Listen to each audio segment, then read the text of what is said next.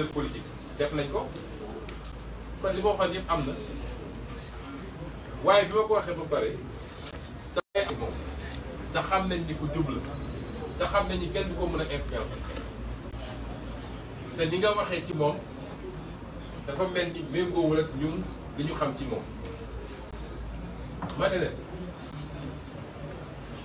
tey ñun dañoo nekk ci xeex te je suis désolé de dire waaye suñu principal adversaire ci xeex bi ci jamono yi ñu toll du Macky Sall c'est la justice du Macky Sall c'est la justice ndax bu ngay annulé suñuy liste ci justice la koy jaare conseil constitutionnel moo annulé suñu liste ci lu dul dëgg ñëpp xam ko mu validé seen liste ci lu dul dëgg ñëpp xam ko kon justice boobu suñu adversaire politique la aujourd'hui bu buggee rendre inéligible benn opposant politique ci justice la koy jaare kaawu Khalifa Ababacar Sall ngi fi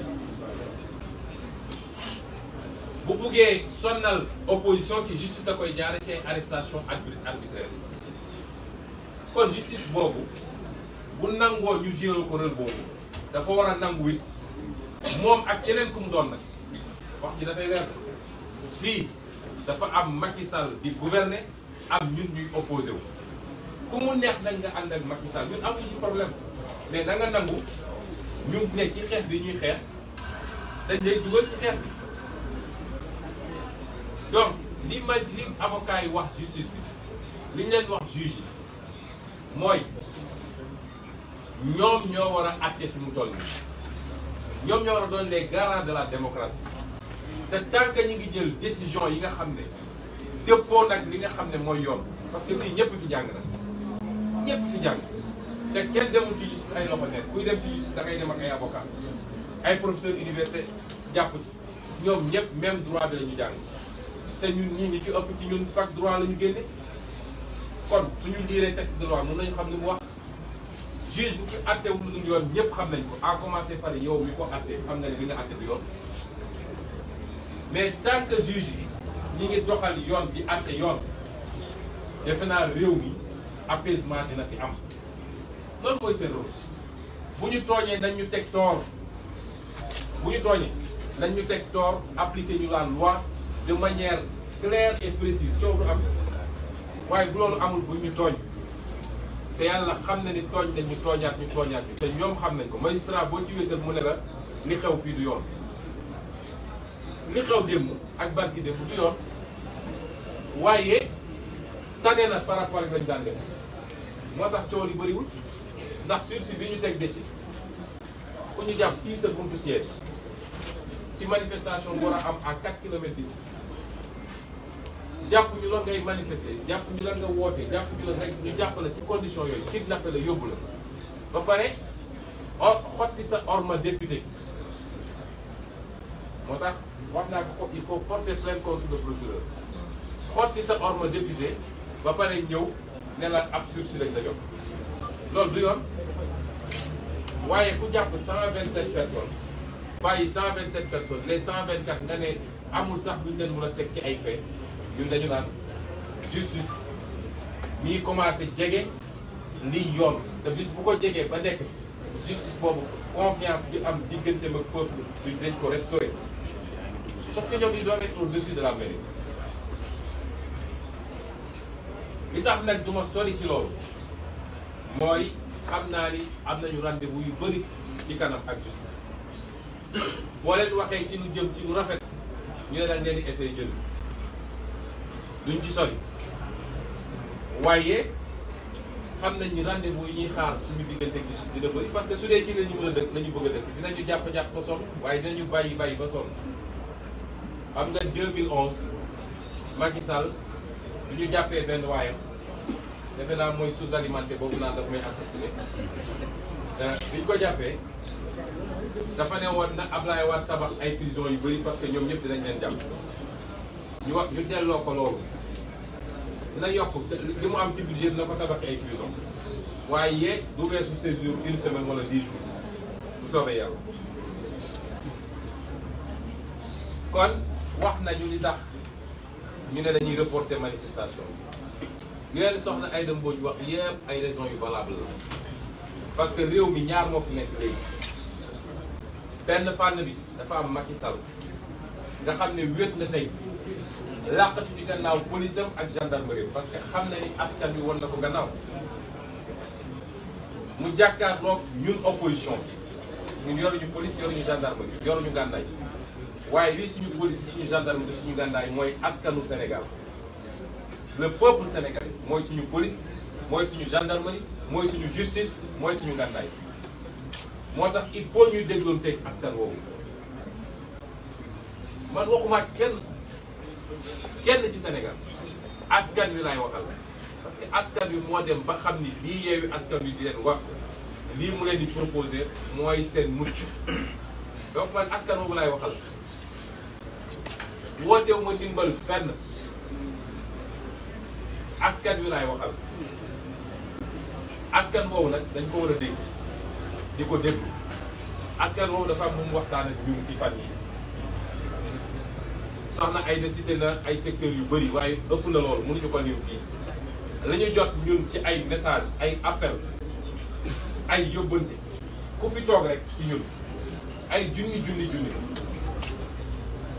moo tax ñu ne faaw ñu dégloon teeg askan woowu moo tax li mu wax yeer ci njàng bi ci aji màkka bi ci tabaski bi ci liggéey bi léegi rek am na ñoo xam ne président Khalifa Sall président Habib ak soxna Aïda Mbodj ñoo leen doon recevoir bokk na ci ñooñu ay homme d'affaires yu mag yu mënul tudd fii waaye fii lañ leen recevoir balaa ñuy commencé réunion bi lan moo leen andi woon wax li nga xam ne mooy seen inquiétude ci situation Sénégal ñooñu ñëpp ñu ngi leen di dégg moo tax ñu ne dinañu fomm waaye man damay wax ni loolu ay raisons la mais c'est pas les raisons fondamentales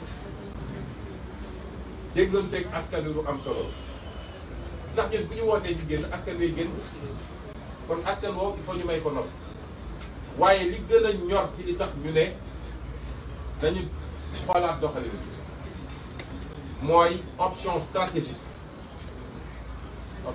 nag du fii laa koy développé lépp mais naa ci wax lenn parce que suñuy militant ak askanu Sénégal ñu ñuy déglu gis nga situation bi ñu dund li ñu ci mënoon am yépp am nañ ko ndax Macky Sall bi muy def lii muy def nii jàppul woon ni mun na jur lii mu jur ndax yàgg na fee éliminer ay candidature dara yëngatu 2019 daf fee éliminer ay candidature teg ko ci ay parrainage ak ay inéligibilité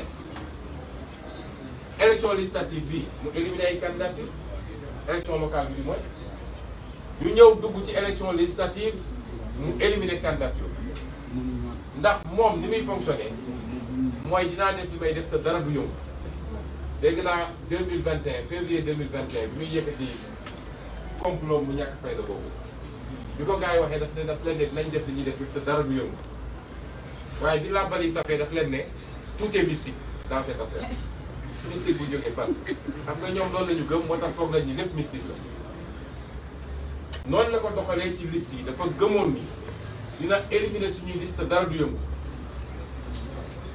waaye defe naa tey jii la Macky Sall di gëj a éliminer liste ci Sénégal parce que élection législative ñun suñuy liste suñu ma dalal xelu Sénégal yi suñu liste yëpp ñu ngi en compétition am nañu liste nationale moom ay nit la ciblé mais am nañu une liste nationale mooy la liste des suppléants day def élection am nañu liste départementale sur les 54 départements 54 départements donc ñun suñu lépp ba mag bi mu toll nii lay woon problème am mooy Ousmane Sonko warul dem Déthié Fall warul dem Habib Sy warul dem Khalifa Sall warul dem Aïda Mbodj warul dem nu mu tudd Cheikh Youm warul dem nu mu tudd ma Bousso même la Bousso warul dem moom loolu moo ne woon yitteem te loolu dina xam ne nag loolu du ci wàññi tar fataay boo moytu sax day gën a tàgg te gàcce gi ci lay gën a rëy dinaa ci ñëw kon ñu jàpp ni suñuy liste c'est intact waaye tey lay gëj a éliminer candidature Sénégal moo taxoon il fallait ñu jàmmaarlu ak moom wan ko ni mënul yombee noonu parce que lii problème mu Sénégal saa yu mag yi defee nit ñi ne waaw teggi leen seen tànk bàyyi leen noonu ñu bàyyi foog ni foofu lay yem mu tegaat ci leneen parce que fu mu làmb mu nooy rek day continuer ñi xamul li tax ñi tax ñu doon xeex moo wax leen loolu Macky Sall su làmbee mu nooy ñu ne ñëpp woote nañu ñëpp ñaan nañu bàyyi nga xamal ni ma nga ci prochaine étape kon won nañ ko ni moomul nit ñi te affaire bi mënul yombee noonu waaye li ëpp solo li ma wax léegi li ñu waroon am ci situation bi am nañ ko muy ñaar yu am solo lu ci njëkk mooy réew mi wane nañ ni Macky Sall waa réew mi wan nañ ko gannaaw ndax li xew ci casserole yi keroog rek wane na ko Macky Sall na woote léegi ne damaa bëgg nit ñi génn tëgg casserole bu juróomi nit tëggee mu jàkkal te nit ñi joxuñu leen lem menacé wuñu leen loolu wane na ni Sénégal wan nañu gannaaw Macky Sall ñaareel bi am solo ci njàngan yi mooy au niveau international ndax gis ngeen àdduna bi yëpp ni mu traité situation Sénégal am na ñu dem ba tuddee ko tyran dictateur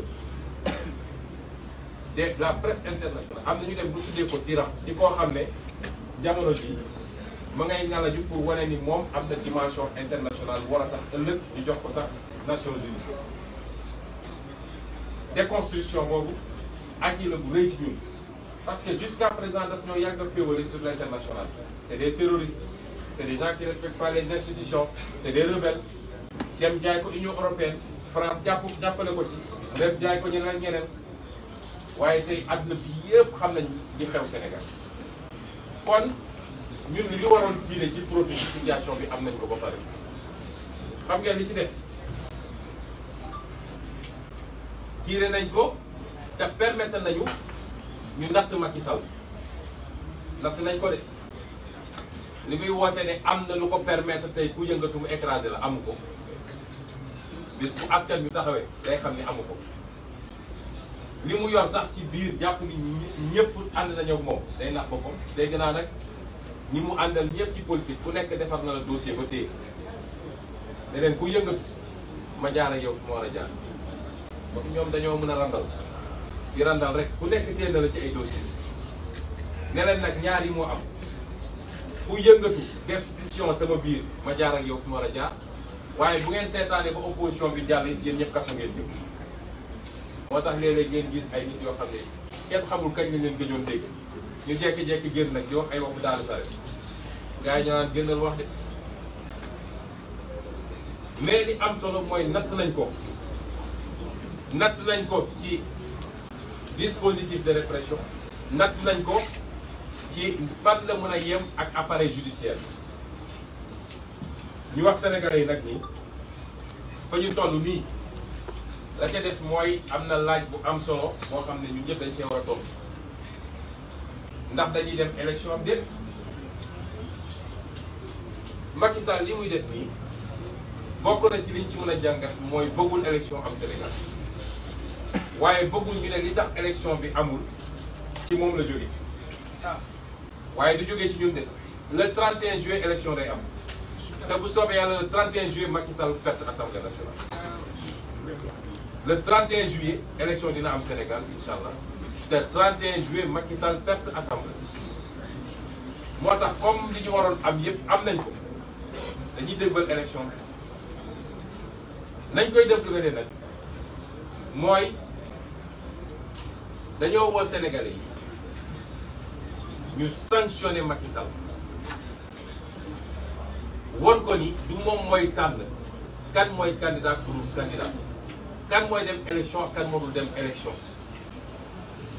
il faut que Macky Sall Sénégalais yi waxuma mu perte assemblée ci ay ñun ñu am ay 52% moom mu am ay déedéet il faut mu doon défaite bu spectaculaire te xam naa ne Sénégalais yi toll nañ foofu ñaareel bi mooy Sénégal est-ce que bëgg nañu coowal 3e mandat jeex Sénégal te bal du tàkk gaañu du ci am bakkan du ci rot est-ce que Sénégalais yi bëgg nañ loolu parce que ñëpp a jaaxle tey ci lan mooy xew fii ak septembre 2024 moo wax Sénégalais yi nag ni am ngeen occasion ñu dakkal loolu te bal du ci tàkk xam ngeen fu muy jaare mooy le 31 juillet ngeen génn voté massivement contre Macky Sall ndax bu ñàkkee assemblée nationale bi dootul wax ci Sénégal boo ma sax dina takk ay bagages am balaa mandat bi jeex dem. ñi leen di wax ni opposition bu jëlee assemblée nationale réew mi day bloqué ak nangam nag wax ñu dëgg barki Dembo Ndiaye France opposition bi jël na assemblée nationale. États-Unis à chaque élection de mi-mandat boo moytul opposition jël majorité bi au Sénat te blocage du am parce que ñun ay responsable lañu waaye dinañu saytu li ñu yoree réew mi yéen ñëpp xam ngeen ni càcc gi bëri na ci réew mi randal bi bëri na jël nañu réew mi jaay ko tubaab yi jël nañu suñuy pétrole suñuy gaz ak lépp joxe ko suuf si ñu ngi koy dagg di ko jox étranger est-ce que bëgg ngeen loolu lépp dakk fi ma ngay jaar ci Macky Sall mu leer ko ni mandat jeex na Sénégal te pour loolu am ñu ngi wax ak askan wi gis nga 31 juillet bu ñu génne woon liste yëpp sax benn politicien am fi ñu jël ay nit yu ngeen xamul Yewwi Askan Wi présenté leen voté leen massivement pour Yewwi Askan Wi kon waxu troisième mandat dootu ci am te bal du tàkk manifestation du am gaañu gaañu du am bakkan du ci rot kon ku am kuddu waroo lakk te Sénégalais yi am ngeen kudd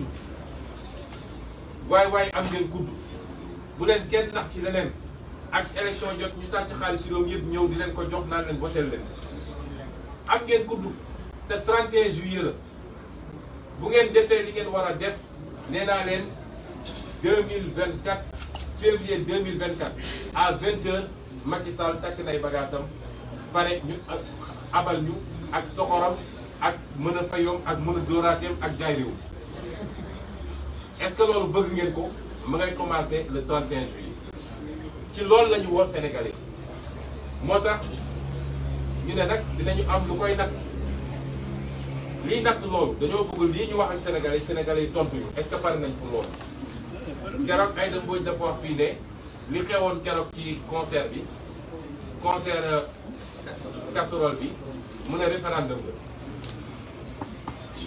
gis ngeen ni concert u préfecture yi am na préfecture yëpp dañoo dajaloo def benn concert te benn préfecture rek la interdiction jaadu moom moo wax ni ñu lu yoon wax muy bu Fatick ndax moom nee na menace de trouble à l'ordre public benn ñaareel bi mu ne amul suffisamment de policiers pour encadrer loolu la loi wax ñeneen ñëpp wax ñu loolu préfet Dakar nee na déglu leen bu wax di wax dafa am solo nee na risque réel de trouble à l'ordre public ak des mal intentionnés dañuy jóge ci biti ñëw infiltrer kon moom nangu na ni ñun du ñun ñooy les mal intentionnés du ñun ñooy malfaiteurs yi nee na ay nit yu jóge fële ñooy ñëw infiltrer yi waaye nee na dafa am ñu préparé woon pour sàcc xaru tabaski jaaykat xar yi loolu la préfet wax nee na gars yi dañu bëggoon profiter ci manifestation ñëw xam nga loolu Macky Sall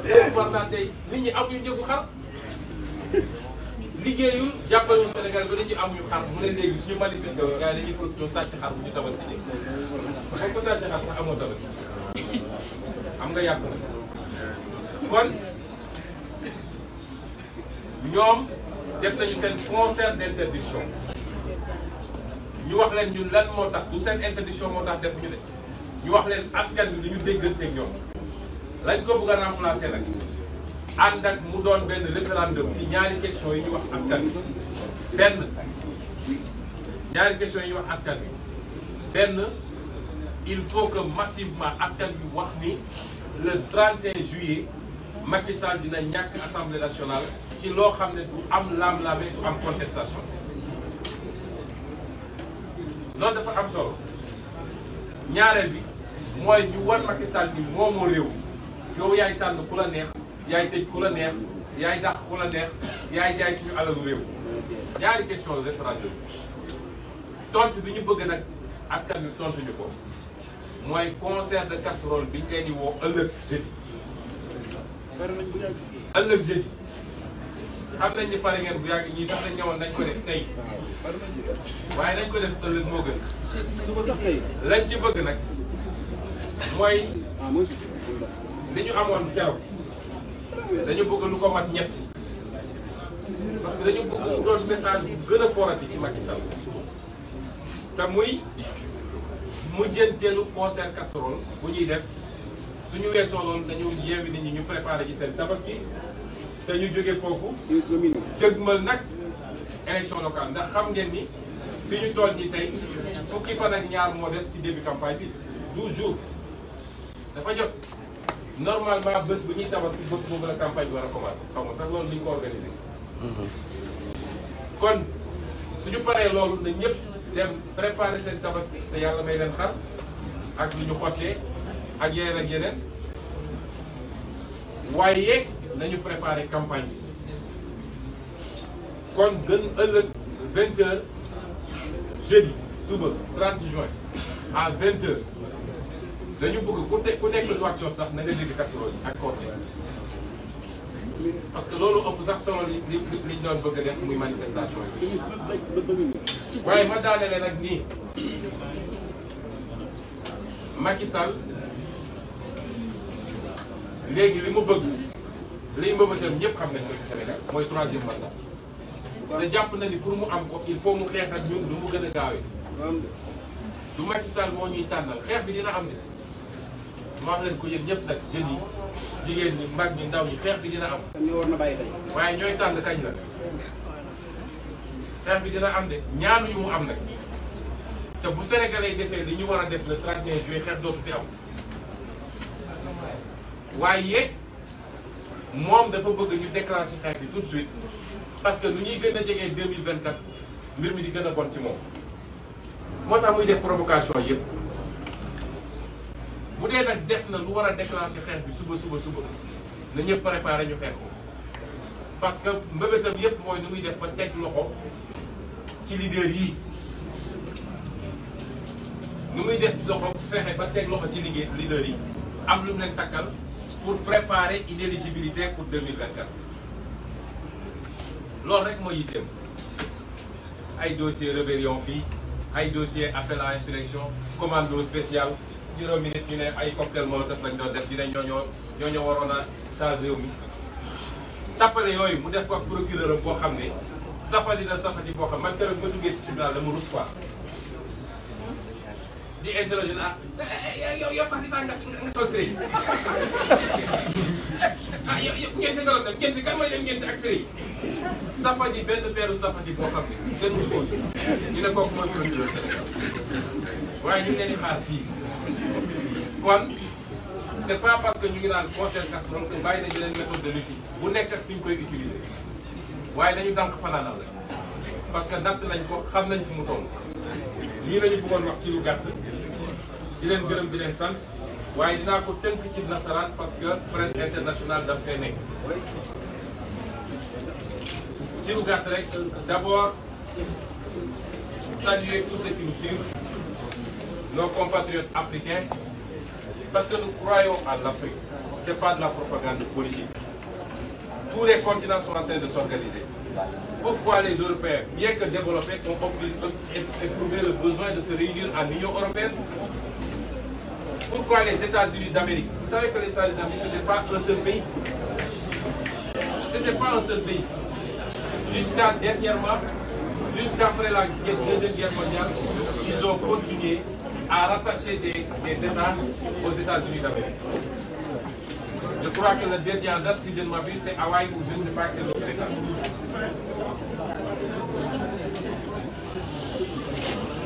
Donc,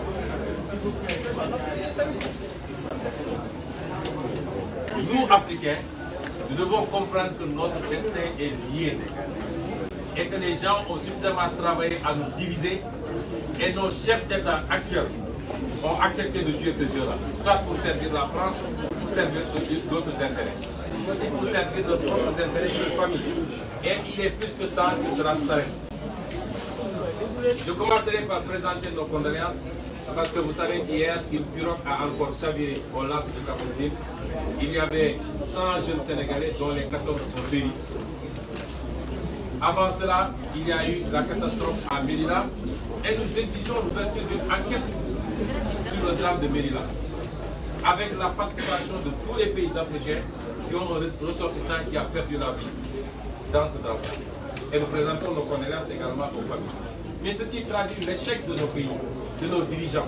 Pendant que Macky Sall est en train de s'afficher au G7, où il est le clown de service, parce qu'on invite le Sénégal et le parmi les pays, les 25 pays les plus pauvres au monde. L'Afrique ne fait pas 5% de l'économie mondiale, on les invite au G7 pour colorier un peu. Et il est heureux de s'afficher en grand sourire avec ce qu'on appelle les grands du monde. Pendant ce temps, sa jeunesse est en train de mourir dans les océans pour rejoindre l'Europe parce qu'ils n'ont pas de travail ici. C'est ça la réalité de l'Afrique. Déplorer tout ce qui s'est passé dernièrement. J'ai vu un titre qui disait fort justement tout ça pour ça. Des arrestations arbitraires. Et sur les 127 qui ont été jugés avant-hier, les 127 sont rentrés tranquillement chez eux. Et ils ont essayé d'avoir des condamnations de principe pour 3 leaders. Ça, c'est la méthode de Macky Sall pour essayer de créer les conditions d'inéligibilité pour essayer de récupérer les mandats. Remercier les avocats qui sont beaucoup battus en nos côtés et qui ont fait un travail formidable et de manière tout à fait bénévole. Lancer un message aux magistrats du Sénégal. Vous devez rester digne et fier de ce que vous êtes. Ce n'est pas Macky Sall qui a fait de vous des magistrats. Quand vous commenciez l'école, Macky Sall n'était pas là. Il n'y avait que vos parents et Dieu. Quand vous gravissiez progressivement les échelons pour être ce que vous êtes aujourd'hui, Macky Sall n'était pas là. Votre destin n'est pas entre les mains de Macky Sall. Et vous avez prêté serment de rendre la justice au peuple sénégalais. Gardez cette dignité face au peuple sénégalais, mais gardez cette dignité face à Dieu qui vous a créé et à qui vous rendrez compte toujours. Et ce qui s'est passé hier et avant-hier au tribunal montre que quand une justice s'élève à la hauteur de ses responsabilités, elle peut être l'organe et l'élément stabilisateur d'un pays. Même si nous déplorons les condamnations de principe sur les 3 leaders politiques, même si nous le déplorons et nous allons nous battre pour que cela soit enlevé parce qu'ils vont interpréter après. Mais lancer encore un appel à cette justice. Restez digne, restez au-dessus de la mêlée et traitez tout le monde de manière égale, équidistante et de manière juste. N'acceptez pas d'être les pions du régime politique corrompu et décadent de Macky Sall. Nous devons tous reconnaître que le Sénégal est un pays sous tension. Au niveau national, tout le monde en convient. Tous les segments sociaux, économiques reconnaissent qu'il y a ce pays est sous tension. Je disais tantôt que juste avant cette conférence de presse, nous avions reçu ici des médiateurs de la société civile, mais également du secteur privé, et qui ont tenu à exprimer leur inquiétude. Au plan international, tous les yeux sont rivés sur le Sénégal, et tout le monde exprime ses préoccupations. Vous ne pouvez pas savoir le nombre de messages, d'appels, d'intermédiaires que nous recevons par jour pour nous parler de leurs préoccupations par rapport à la situation. Un pays qui est sous tension politique, c'est que ce pays-là a une opposition forte, vivace, qui fait face à un régime. Et un régime qui a des velléités dictatoriales. Autrement, on n'aurait pas été dans cette situation de tension. Et cela suffit à dire à Macky Sall que son projet de réduire l'opposition à sa plus simple expression a lamentablement échoué et qu'aujourd'hui c'est le pouvoir qui est réduit à sa plus simple expression et qui est en train de se transformer en opposition de la chose. Nous en rendons grâce à Dieu. Les gens sont préoccupés, mais ils sont préoccupés par notre propre sécurité, nous les leaders de l'opposition. Nous sommes très sensibles à tout ça et nous remercions également les Sénégalais. Vous savez qu'hier, des gens sont venus passer la nuit devant la porte de ma maison. Je suis sorti m'adresser à eux vers 22h pour leur demander de rentrer tranquillement chez eux, que rien ne se passera.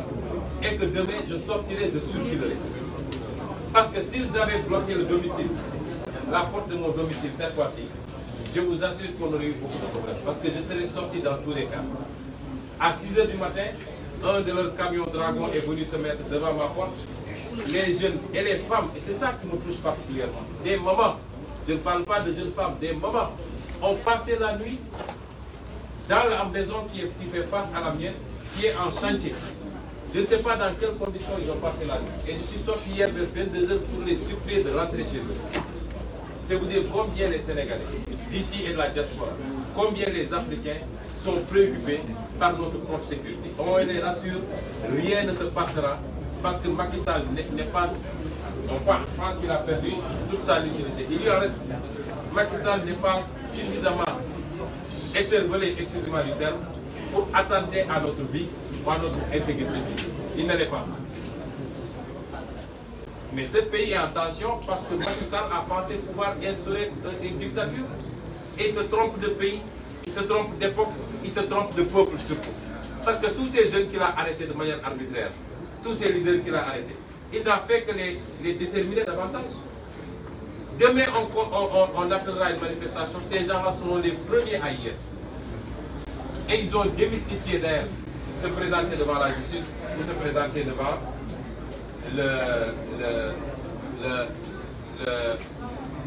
devant la justice ou à aller passer quelques jours à Sébikotane ou à Rebeuss.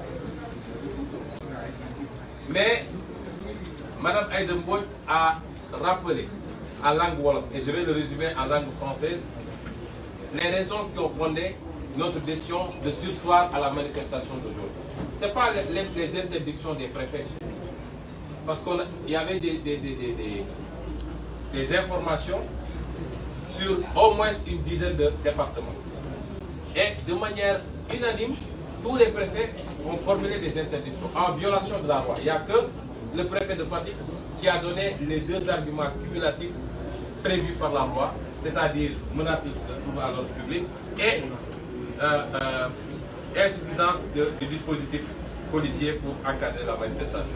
Encore qu'il y a toujours suffisamment de policiers pour essayer de réprimer les manifestations de l'autre côté. Ce n'est pas ça qui nous a empêchés, qui nous empêche d'aller. C'est après avoir mûrement écouté le peuple. Parce qu'aujourd'hui, il y a inversion des rapports de force. Macky Sall est un homme esselé qui se cache derrière sa police et sa gendarmerie, il ne lui reste que la police et la gendarmerie. Politiquement, il sait qu'il est esselé. Et sa seule force aujourd'hui, c'est la police et la gendarmerie, et manipuler les chancelleries internationales pour leur faire croire qu'il a une opposition irresponsable, une opposition de terroristes, d'insurrectionnels, etc. Mais nous, opposition, c'est quoi notre force? C'est le peuple sénégalais qui est avec nous. Et qu'il a démontré l'autre jour avec le concert de casserole. Macky Sall n'a qu'à appeler demain à un concert de casserole. Il n'aura pas 10 personnes pour taper sur ces casseroles. Même s'il payait de l'argent, il n'aurait pas ça. Donc le rapport au peuple, c'est totalement inversé. Et notre principale force, c'est le peuple sénégalais. Et nous sommes obligés d'écouter ce peuple sénégalais. Et ce peuple-là, dans sa majorité, a exprimé un souhait. C'est de nous demander de surseoir pour les raisons qu'on va évoquer. On est dans la phase des examens scolaires. Aujourd'hui, beaucoup d'écoles ont fermé, d'autres ont décidé d'arrêter à midi. On est dans la phase des examens scolaires et c'est nos enfants qui vont faire ces examens. Deuxièmement, on est dans la période de la préparation de la fête de la Tabaski et tout le monde sait ce que ça représente au Sénégal. Et les Sénégalais sont extrêmement préoccupés parce que Macky les a mis dans une situation de paupérisation et de précarité telle que la majorité des Sénégalais se demandent où est-ce qu'ils vont trouver 65 000 ou 80 000 pour acheter un mouton. Est-ce qu'ils vont trouver les moyens de se payer des habits neufs? Parce que c'est cela la fête de la Tabaski. Et nous ont demandé, ils nous ont même supplié 150 000 un mouton. Ils nous ont supplié de surseoir. Ensuite, les secteurs socio-professionnels, les tailleurs, les vendeurs de moutons, tout le monde nous a supplié. Et le préfet de Dakar, le ridicule ne tuant pas dans ce pays, nous a dit que s'il autorise la manifestation, des Sénégalais vont se faufiler dans les foules pour voler des moutons au niveau des forêts. Mais ça, c'est illustratif de l'échec de Macky Sall. Les Sénégalais n'ont même pas de quoi acheter un mouton. Ils sont obligés d'aller se faufiler pour essayer d'acheter, de voler des moutons. On en est là dans ce pays. Ensuite, l'intervention des milieux d'affaires. L'intervention même de la communauté dite internationale, que j'interpelle au passage. Moi, j'ai toujours dit que je ne crois pas à la communauté internationale, qui a toujours été du côté du pouvoir, tant que le pouvoir fait ce qu'elle veut. Ce qui m'intéresse dans cette communauté internationale, c'est l'Afrique et les Africains. Et je leur rends un hommage, je rends hommage à tous ces Africains, les artistes, les intellectuels, tous ces gens qu'on ne connaît pas, que je n'ai jamais vus. Peut-être que pour les artistes, on connaît leur production. Et qui ont fait des déclarations extrêmement importantes parce qu'ils comprennent ce qui est en train de se jouer au Sénégal entre un valet des intérêts étrangers et des patriotes, des panafricanistes qui veulent gagner le pari de la souveraineté, de la reprise en main de notre destin national et de notre destin continental. Nous les remercions. Tout ça, c'est des arguments que nous tenons en compte. Mais les arguments les plus importants, c'est nos propres options stratégiques. Tout ce qu'on devait tirer de cette situation en termes de guerre, nous l'avons tiré. Je n'en veux pour preuve 2 ou 3 éléments. J'ai tantôt parlé de tous ceux qui sont instruits au niveau international. Des hommes politiques étrangers, des artistes, tout le monde s'est prononcé. Et ça, c'est important. Parce que Macky préfère son image internationale à son image au niveau national. Ce n'est pas son problème, Macky, les Sénégalais. Pour lui, les Sénégalais, vous pouvez marcher dessus, vous pouvez écraser, vous pouvez appliquer, ce n'est pas important. Qu'ils vivent ou qu'ils meurent de famine, ce n'est pas important. Que des jeunes continuent à périr dans l'océan parce qu'ils veulent aller chercher du travail là, là où ils peuvent en trouver, parce qu'il n'y en a pas au Sénégal, ce n'est pas le problème de Macky. Mais Macky, son problème, c'est quel regard les Occidentaux lui portent. Quel regard la communauté internationale lui porte. Et aujourd'hui, ce qui s'est passé depuis quelques jours a fini de démontrer à cette communauté internationale que Macky est un apprenti dictateur. J'ai vu même dans la presse internationale certains titrés Macky un tyran.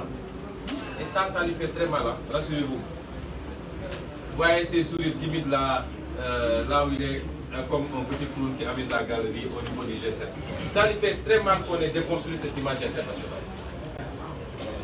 Et nous remercions tous ceux qui sont prononcés.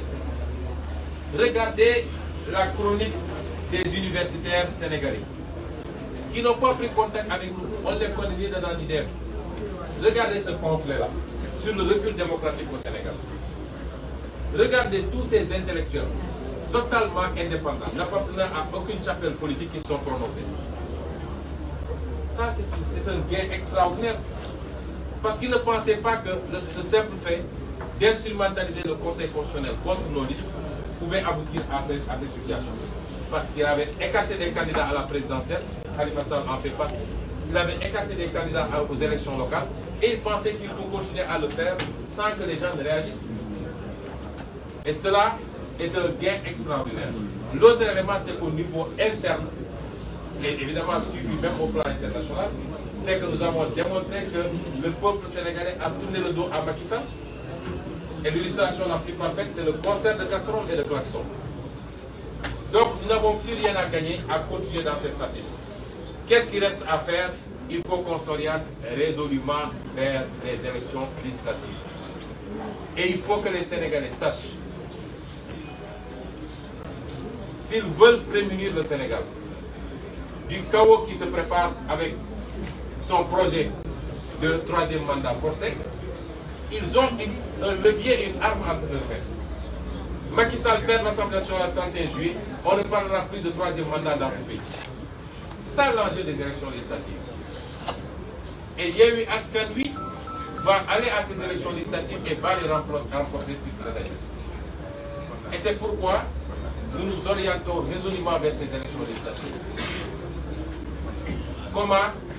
Le pourquoi, tout le monde le sait. Le comment, vous allez le voir vous-même dans les jours à venir.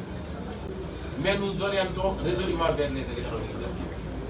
Et nous appelons les Sénégalais à faire le référendum avant terme. Il faut que les Sénégalais répondent à 2 questions. D'abord, qu'ils désavouent Macky Sall par rapport à sa gouvernance économique, sa gouvernance judiciaire, mais qu'ils le désavouent également par rapport à ses pratiques politiques malsaines, tendant à instrumentaliser la justice, écarter les adversaires politiques. C'est la première question à laquelle les Sénégalais doivent répondre. C'est un référendum. Et la deuxième question, c'est que les Sénégalais disent oui à Yewwi Askan Wi, que le 31 juillet, Macky Sall va perdre l'Assemblée nationale. Et le moyen d'expression pour ce référendum, ce n'est pas d'aller voter, c'est le concert de casseroles et de klaxons auquel nous convions tous les Sénégalais, demain à partir de 20h. Et cette fois-ci, pas pour 10 minutes, pour 30 minutes. Moi, côté Wolof, concert ou casserole, tëgg casserole, cin yeeg ndam yi ak klaxon yi, mbib bi ci oto yi. Bii baa yokk leen ci vuvuzela keroog ne woon nañ dañuy def vuvuzela gisuñu ci ñett yooyu yëpp bii paa dañu ne bëgguñu ko bële paa dañu ne woon fukki simili bii paa nee nañ leen fanweeri simili 30 minutes lañ ko bëgg ba nga xam ne bu tollu Nouakchott sax da ngay dégg muy ri. Je disais que pour cette fois-ci ce sera pas pour 10 minutes, c'est pour 30 minutes et nous appelons les Sénégalais parce que c'est important. Nous voulons que ce soit le triple de ce qui a été fait la dernière fois. Tout le monde a vu ce qui s'était passé de l'histoire de l'humanité. Je ne dis pas du Sénégal. On nous a dit que les concerts de casserole, on les avait connus en Iran, on les avait connus au Chili, etc. Mais ça n'a jamais atteint cette ampleur-là dans le monde. Mais nous voulons que vous tripliez pendant 30 minutes. Macky Sall, la dernière fois, s'était barricadé à Mermoz. Il a même peur des casseroles. Il a sorti des chars de combat contre les casseroles. Cette fois-ci, nous voulons que même sa maison à Mermoz tremble tellement le bruit sera fort.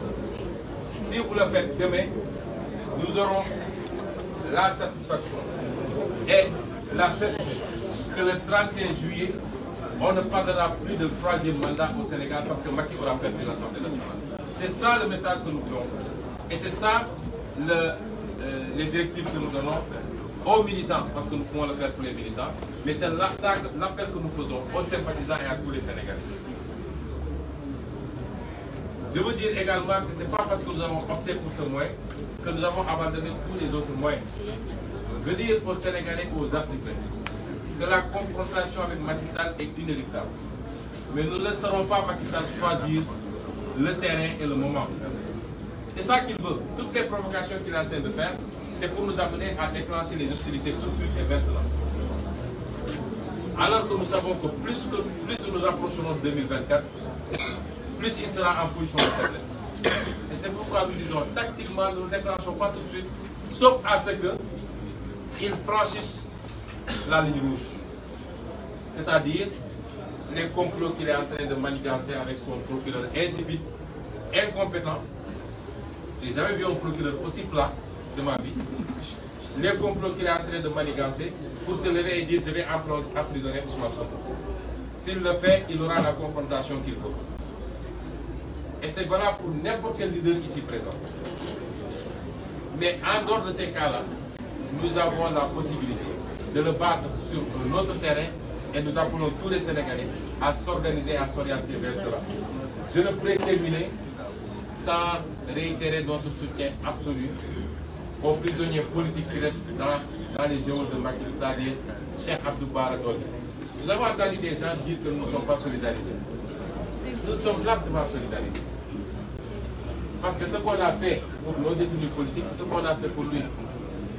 Quand il y a ces situations-là, la première chose qu'on fait, c'est de commettre des avocats. C'est de commettre des avocats, c'est une bataille politique. C'est de dénoncer et d'exiger la libération des détenus politiques. Nous l'avons fait largement. C'est d'aller rendre visite. Nous ne l'avons pas fait parce que nous étions dans les situations que vous connaissez. Il n'y a aucun de ces détenus politiques à qui nous avons rendu visite pendant ces 11 jours-là. Parce qu'il y a des moments où mieux vaut rester dehors pour mener le combat, et c'est ce que nous étions en train de faire.